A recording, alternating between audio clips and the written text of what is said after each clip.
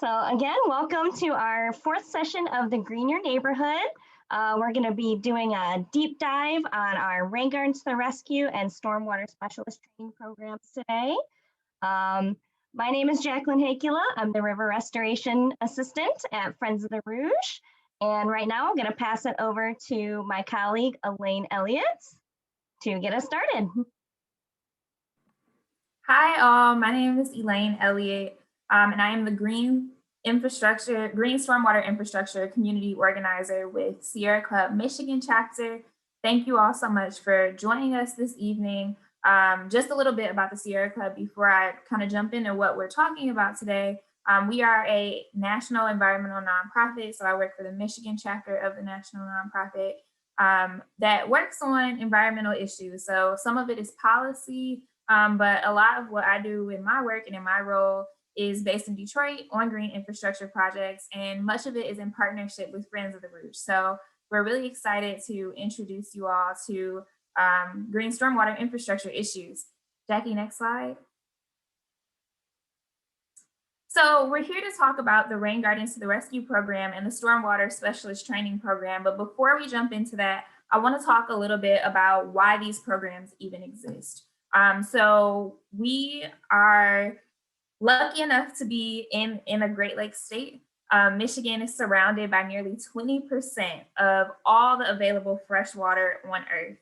The Great Lakes are vital to our economy, our health, and they provide Michiganders with 2,000 miles of beautiful sandy beaches.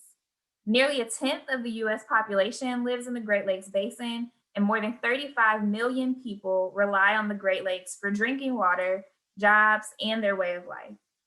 It is our responsibility to take care of these waters and care for this amazing natural resources so that we can enjoy it today and for generations to come. So wherever you live, you are in a watershed. And a watershed is the area of land that drains into a particular water body. The city of Detroit lies within the Rouge watershed on the west and the Detroit River and Lake St. Clair on the east. Next slide, Jackie. Perfect. So in Detroit in particular, we have a ton of impervious surface, so meaning water that or surfaces that water does not drain into. So think about your typical sidewalks and roads. So during wet weather, all that water leads into flat or creates a flashy river condition where the water levels rise rapidly, scouring stream banks and washing sediment into our rivers. This fills the space that fish and other wildlife in the stream need for spawning and habitat. If you live in Detroit, you are serviced by a combined sewer system, which means that water carries, or one pipe carries wastewater from our homes and rainwater from our streets and parking lots to the wastewater treatment plant, which is fine during small or light rainstorms, but during times of heavy rain or snowmelt, the pipe fills to capacity. So to prevent street flooding and basement backups, the slurry, which is a mix of raw sewage and cleaning agents and oils and road salt that we put into the environment, it ends up being discharged into the Detroit River and into the Rouge River, which is a huge problem for our river, and it is the reason Detroit is continuing to invest in nature-based solutions to reduce rainwater from entering our sewage systems. Next slide. So as I mentioned, all the things that we put down for salt, the oil that may leak from our cars, it ends up from our driveways into the backyard of wildlife like the lovely turtles and frogs and birds pictured here. So we really want to be cognizant of that and do what we can to take steps to help protect our rivers and our wildlife. Next slide, please. So here we have a map of all the combined sewage overflow points in the city of Detroit. And again, those are points where when we get too high of a volume of rain, raw sewage is pouring out at the points you see here on the map. So in total, we have 55 uncontrolled CSO pipes, with 17 being in the Rouge River and 38 in the Detroit River. So when this happens, partially treated water is discharged into our rivers. And there are a number of detention basins in Detroit, and those basins receive water that would have been discharged into the Rouge or Detroit River. And water is held there until until the wastewater treatment plants has the capacity to actually treat it. Or if it reaches capacity, it screens solids and partially treats the water to kill bacteria from human waste before it empties into our rivers. Next slide. So we're going to talk a little bit today about two ways that you can help reduce water pollution.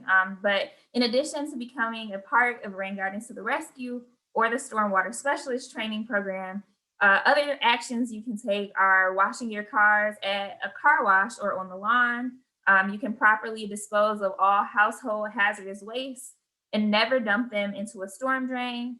We can pick up pet waste before it rains, minimize the amount of paved surfaces on our properties. We can reduce lawn size, restore native habitat, and direct your downspout into a vegetated area, just to name a few items. And with that, I am going to pass it to, next slide, Jackie. Perfect. And with that, I am going to pass it over to my colleagues to talk about the Rain Gardens to the Rescue program. Thanks, Elaine. And I also wanted to mention who else we have today. We have Cindy Ross with Friends of the Rouge, and of course, Loretta Powell, who's had a rain garden installed. So she's going to talk a little bit about her experience. But first, I'm going to tell you about Rain Gardens to the Rescue. So what it is and how to get involved. So our Rain Gardens to the Rescue program is an educational program for Detroit residents, nonprofits, and other public institutions. It's comprised of a 5-part training course and hands-on rain garden installation. The training course this year is scheduled for Wednesday evenings throughout June and will be held over Zoom, just as it was last year, just to, be sure everyone can join and safely from their homes. And of course, this program is all about supporting each other through the installation process and the whole program. So of course, you got to put in some sweat equity, as we like to call it, into the program as well. You get community engagement through rain garden tours. We do a GSI tour, or at least try to every year. Last year we did a bike tour where we showcase some of our rain gardens that have been installed and some of the lovely homes that they're at, just to name a few. And of course, participants have a lot of fun while making a difference for our rivers and for the environment. And then of course this year, since it is being held on Zoom, if a lack of internet or computer access is a barrier to participation, we urge you to reach out to us so we can try to help you ensure that you can participate. So a little bit about the training course. Like I mentioned, it is a 5-course training program. The first one is Intro to Rain Gardens. So you learn about more in depth about what a rain garden is, how it helps reduce pollution into the rivers, and of course, how to install it. The next session is going more in depth about why we choose native plants for our rain gardens, along with other site conditions and sizing of your garden. And then in the third, we work on our rain garden designs. So that has been really fun this last year. We've done it all virtually, just with like PowerPoint, and everyone's been really wonderful and creative with how they've made their garden designs. You can see an example down in the bottom right of just one of the garden designs. And then in the fourth one is all about weeding and maintenance, which is really important. Maintenance of your garden over the first 2 years ensures that everything grows in properly, and of course is the best condition it can be. And then in the last course, we do a design reveal where everyone shares their beautiful rain garden designs with the class. And we all get to see what wonderful plants they've chosen and in what arrangement. Um, Again, the creativity is like always amazes me. It's such a great time. Um, And then we do schedule a site visit to each of your residents prior to the second workshop. So we can kind of hands-on see what kind of soils you have, sure to work that into the garden design. And then after that, we have our down and dirty rain garden installations, or as we like to call them, our planting parties, because it is so much fun getting your hands dirty, planting these rain gardens. So installations this year will be held on Tuesdays and Thursday evenings or Saturdays in August. And you'll participants are asked to recruit 8 to 10 volunteers to help in the garden installation. So friends, family, neighbors, it's a great time to connect with other people in your community, especially that are interested in rain gardens. Of course, like when we're installing the gardens, a lot of the times we'll have neighbors stop by wondering what we're doing. We get to tell them all about rain gardens and the wonderful benefits of them. And then you're also asked to support 2 of your classmates' garden installations too. So there's a real camaraderie with all of our participants in creating the gardens as well as installing them. You'll get an educational sign that you can see in the bottom right-hand corner to show off that you've been a part of Rain Gardens to the Rescue and tell anyone passing by what the garden is doing. And all of these gardens do go in usually the front yard for high visibility. And again, it provides opportunities to inform your neighbors as well as other community members that are biking, driving, walking by, as well as when we do our rain garden bus tours and other GSI tours around Detroit. We get to see all the different kinds. And of course, we do have our COVID-19 protocols in place to ensure everyone is safe and healthy. Yeah, let's see. And then here is a beautiful array of just some of the gardens that we've installed. A lot of these are gardens that went in 2020. And then in the middle is a more established garden, kind of a little bit fuller. So all these gardens are going to look so beautiful and colorful this spring. I can't wait to see them. And of course, here is our map. The first rain garden that Sierra Club and Friends of the Rouge installed was actually in 2011. And since then, up through last year, we've put in over 100 gardens across Detroit. And as you can see from this map here, we do kind of rotate the areas that we focus on each year. This year, we're focused on districts 1, 2, and 7. So the Northwest area. So if you know, have friends, family, neighbors over in the area that are interested in getting a rain garden or even just learning more, we definitely suggest you go on our website, and I'll put the link in the chat very soon to our application for our Rain Gardens to the Rescue program this year. And of course, all of these gardens are holding so many gallons of water each time it rains, as well as providing pollinator and wildlife habitat. And of course, it brings people together. It gets you connected to nature right on your front lawn. It's a wonderful educational tool for grandkids and neighbors alike. I just can't speak highly enough about it. And with that, I'm going to pass it over to Loretta Powell to speak more about her experience with Rain Gardens to the Rescue. And here is a photo of her beautiful garden. Like I said, so creative. Loretta's is in the shape of a beautiful butterfly. And yeah, I will pass it over to Loretta now.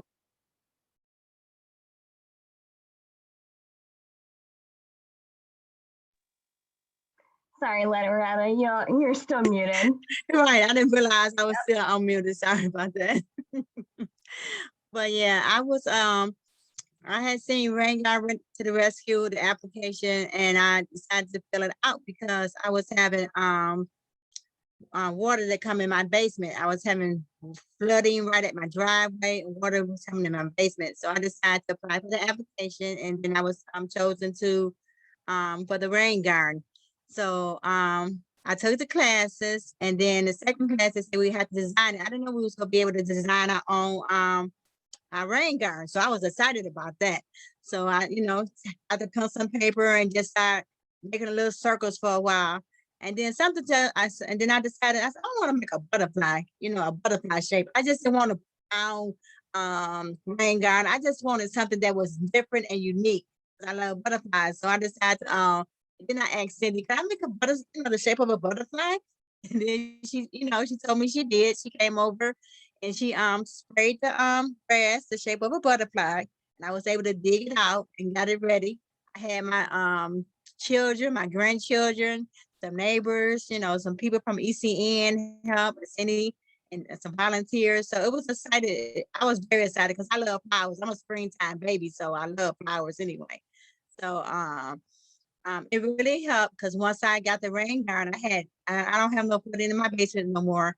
I don't have no water on the driveway. So it was very excited to do this project. I'm still talking about this project. I decorated whatever season it is, I decorated. I got bunnies around it right now because it's Easter time. And then I usually do it for Memorial Day or fall season, or I just change with the season. So it just makes the neighborhood looks better because it was a beautification.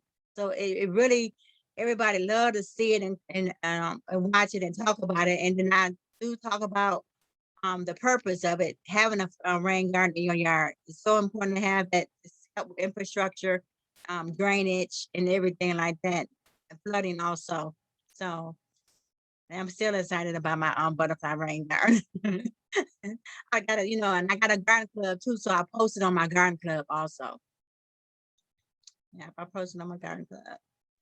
So if anybody have any questions about the rain garden.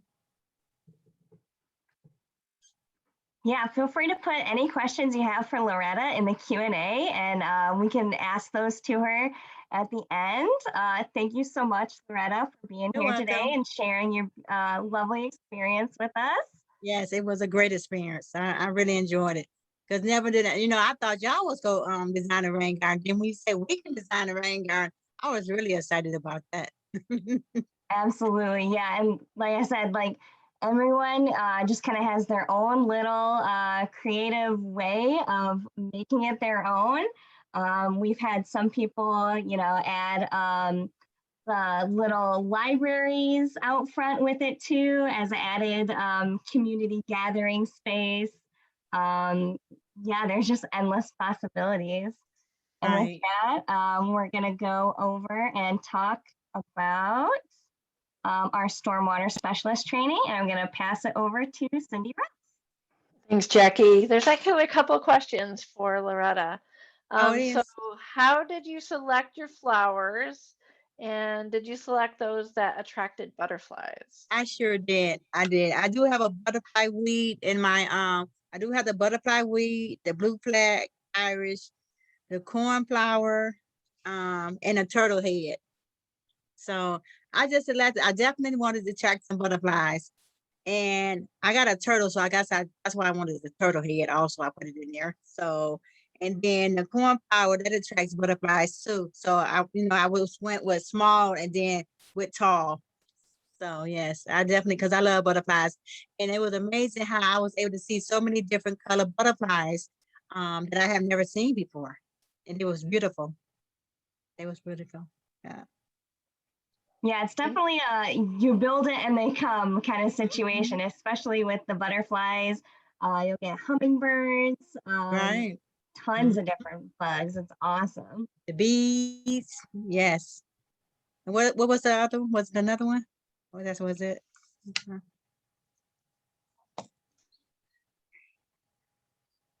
I think that how much space is required for a rain garden? That's a great question. So we size the garden based on the amount of water it's going to receive. So if it's going to receive the water from your rooftop, we determine, that's the part of the site assessment that we do, is we look at how much how much of your roof is coming down each downspout. And then we size the garden to manage that amount of water. So most of our gardens average, between 100 and 150 square feet. Some people don't have enough space for that. So we do smaller gardens, but we dig them a little bit deeper. So that there's ways to be creative about managing the water. And in our eyes, if you're managing some water is far better than managing none of the water. So even if it's undersized, we can create an overflow so that the water just goes out of your garden into the lawn and eventually into the catch basin on the street. So you're intercepting much of that water.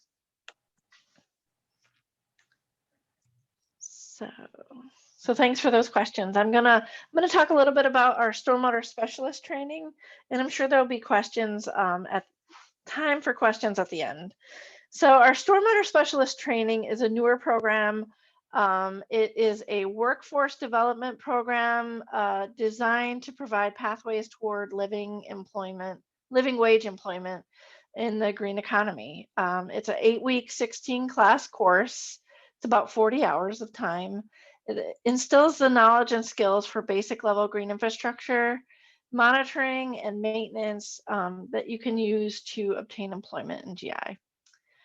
The course and hands-on opportunities are designed to cultivate a team of enthusiastic, entrepreneurial, motivated crew members for immediate and future work opportunities.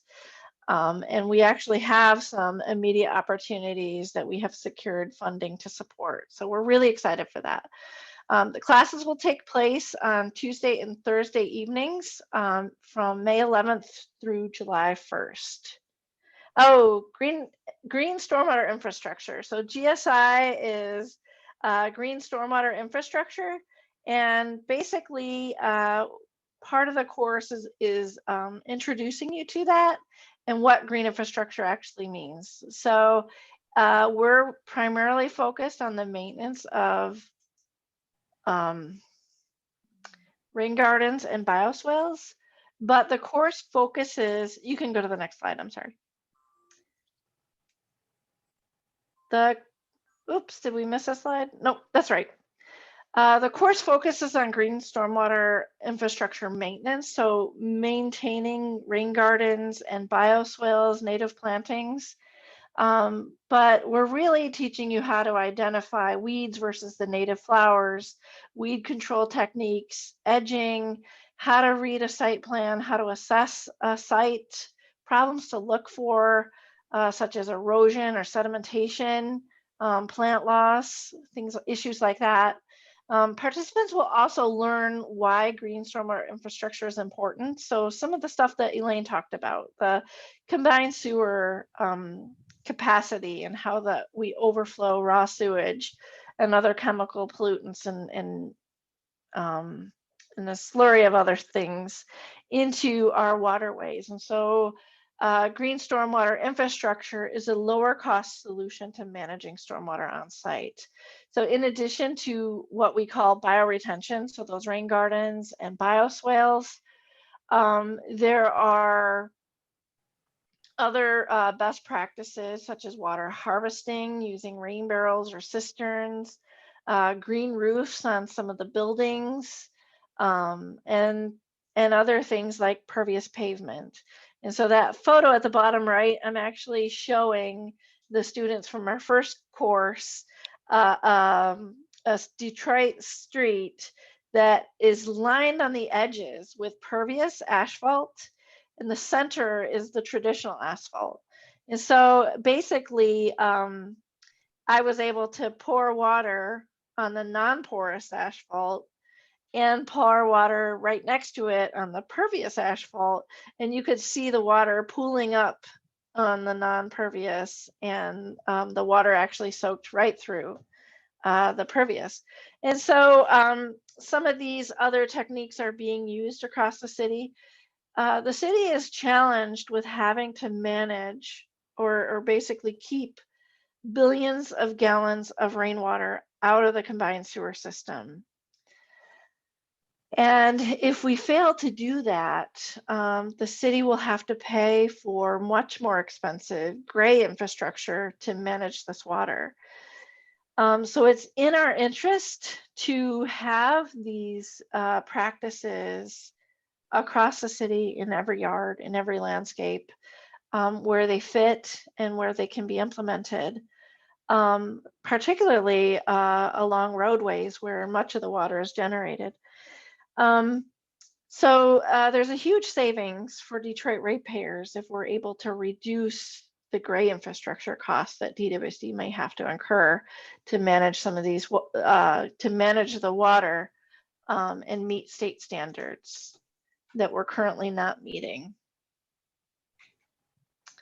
You can go to the next slide. So these are some of the difference makers in your community. We hope that you join them. We do have a lot of fun, both through the Rain Gardens to the Rescue and the Stormwater Specialist Training. The Rain Gardens to the Rescue planting parties, we do call them parties, and we have so much fun. It hardly feels like work. And when you have, 8 to 10 people putting in a garden, the work is shared. So it's a much lighter load for all of us. We do have a lot of fun. It's work, but it's good work, and you feel really good at the end. And then we usually break bread and have a little celebration immediately following. And that's when, we really get to know each other much better. You get to know your neighbors a little bit better. And many of our participants have really expressed, just like Loretta did, about the new visitors that come to her yard, the butterflies, the bees. And the bees tend to be really the docile native bees that, they're not out there to sting you. They're really interested in the plants. And so even when I'm in and among my flowers with the bees right buzzing by my head, they don't bother you. They're not interested in you.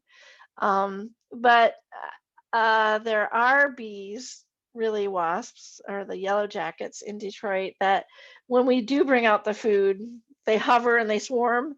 Those are the bees we don't really enjoy having around us, right? But those are not the bees that are attracted to our rain gardens.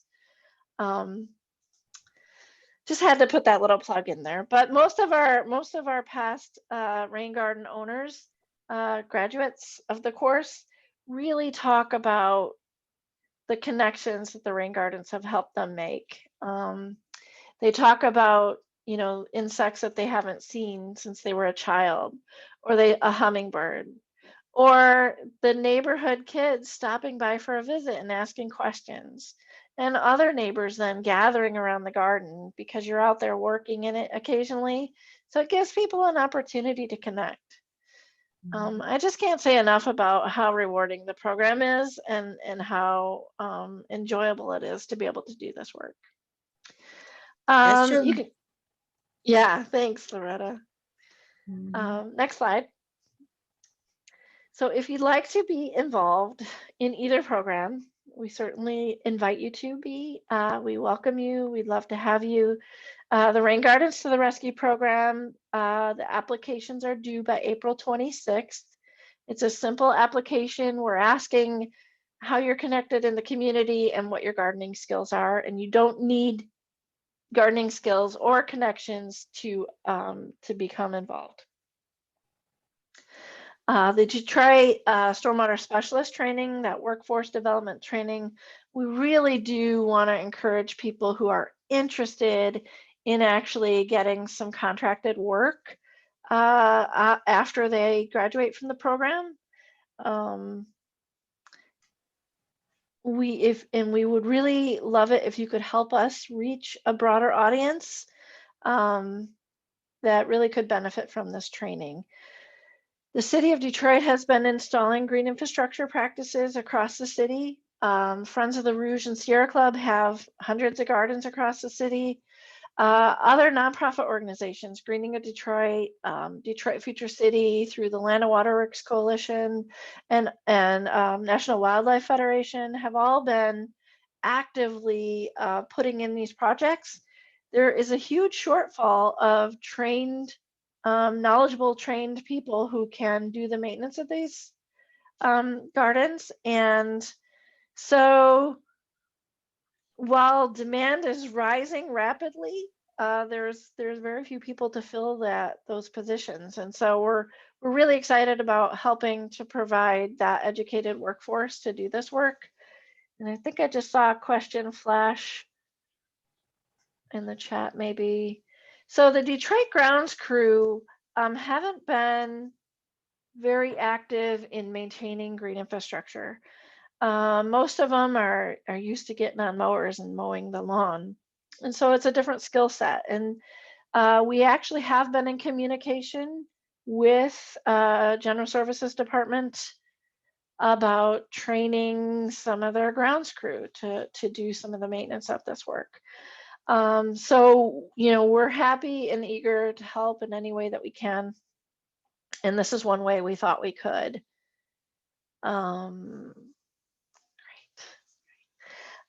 So there is a $30 registration fee for the Stormwater Specialist Training, and that's just to help cover some of the print material that we provide. We also provide the NUCAB's Wildflower Guide, so that we use to teach you how to identify the plants. If this is a hardship for anyone interested in applying for the class, they are welcome to reach out to us. We really just want you to join us and learn and do.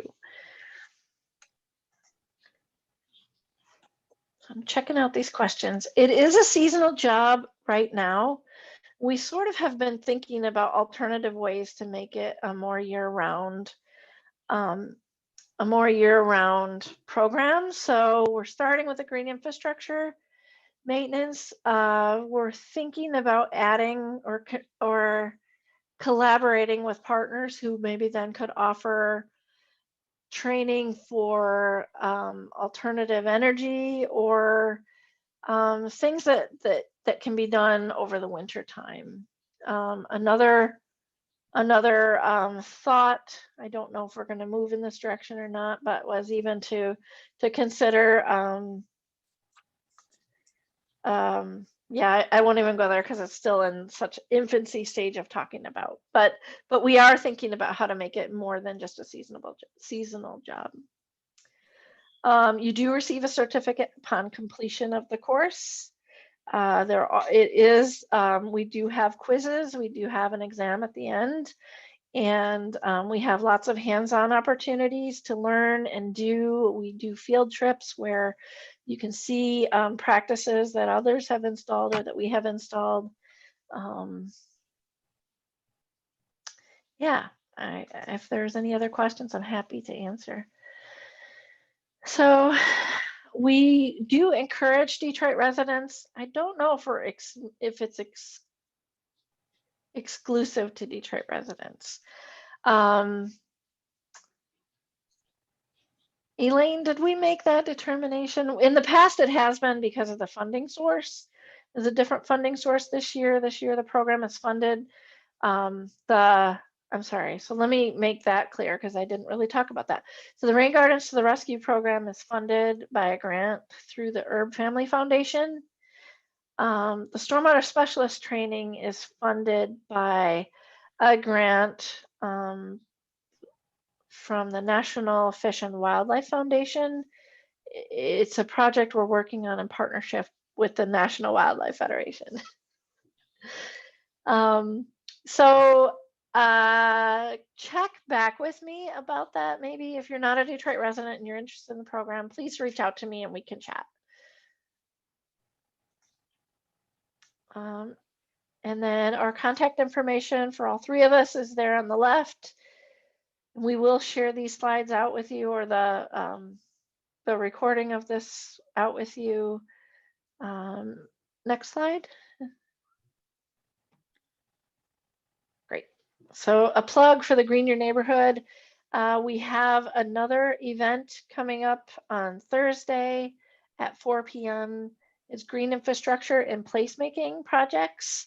We have learn more about the current and future green infrastructure projects at the Charles Wright Museum and the green infrastructure plans for the Detroit Cultural Center planning initiative. We have a panel prepared to talk about that, and it's sure to be really exciting. I love the idea of placemaking with through green infrastructure. Is there another slide, Jackie? Okay, so we also, if you're interested, we also have a rain gardens, like introduction to rain gardens session tomorrow. This is part of our Sacred Grounds program, working with National Wildlife Federation. We are working with Bethany Lutheran Church on the east side to educate the community about the need to manage stormwater and to install, through this grant, we have funding to install a pretty large rain garden.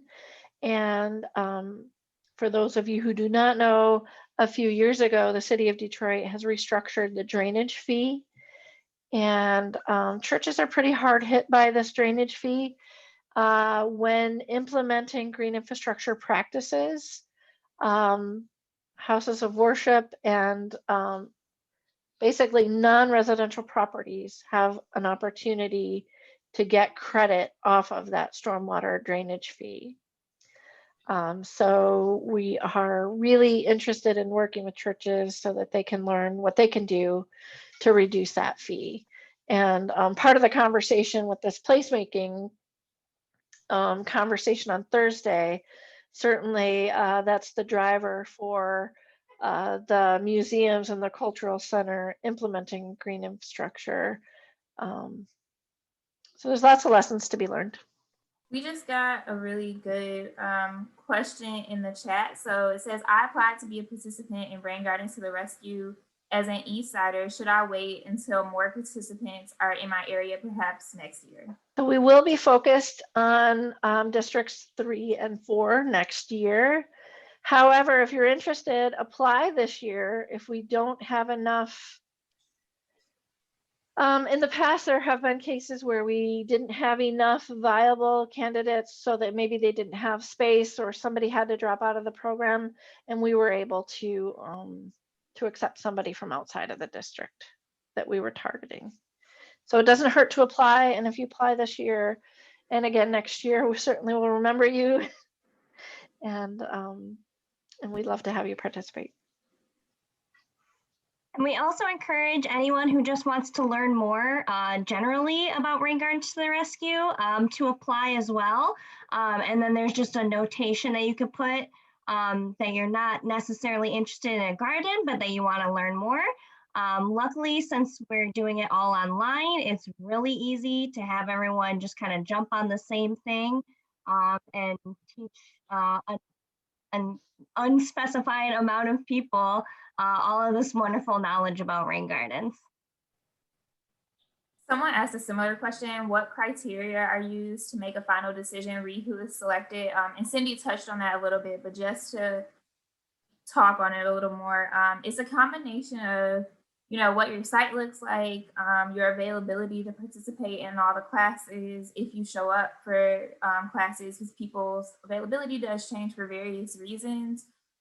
So for example, the program starts with classes in June, and then installations actually happen in August. So you'll know in advance, and Cindy, correct me if I'm wrong, you'll know in advance if you're one of the 8 selected to actually receive a garden and plants. And again, the garden hands-on garden installation support and free plants are limited to Detroit residents specifically.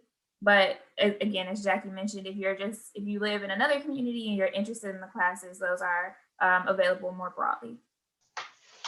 We got one more question. I would like to create a rain garden in my backyard. Can I work with the Rain Smart Dream Team and design consultant for the backyard? I think we are affectionately being called the Rain Smart Dream Team and design consultant. So thank you for that. No, or is that a different group? No, we actually do have that as part of our consulting service on our website. And Okay. so we certainly welcome you to do that. And it probably would be one of us to come out and help you determine a great backyard location and help you design your garden. I think another great link for Detroit residents, if you haven't gone on there before, is the Detroit Stormwater Hub. They are kind of collecting all the different GSI projects across and having it all right on that map. Of disconnects that are on there, from just disconnects, permeable pavers, bioswales, rain gardens, everything like that. So that is a great asset that I definitely recommend checking out as well if you're interested in learning more about projects across the city. Well, great. If there aren't any additional questions, we thank you for joining us tonight. We really appreciate your interest, and please apply and join us. And again, we will have today's session recorded as well. So if anyone wasn't able to attend, feel free to send them the link to that as well, so they can get informed and participate in our wonderful programming.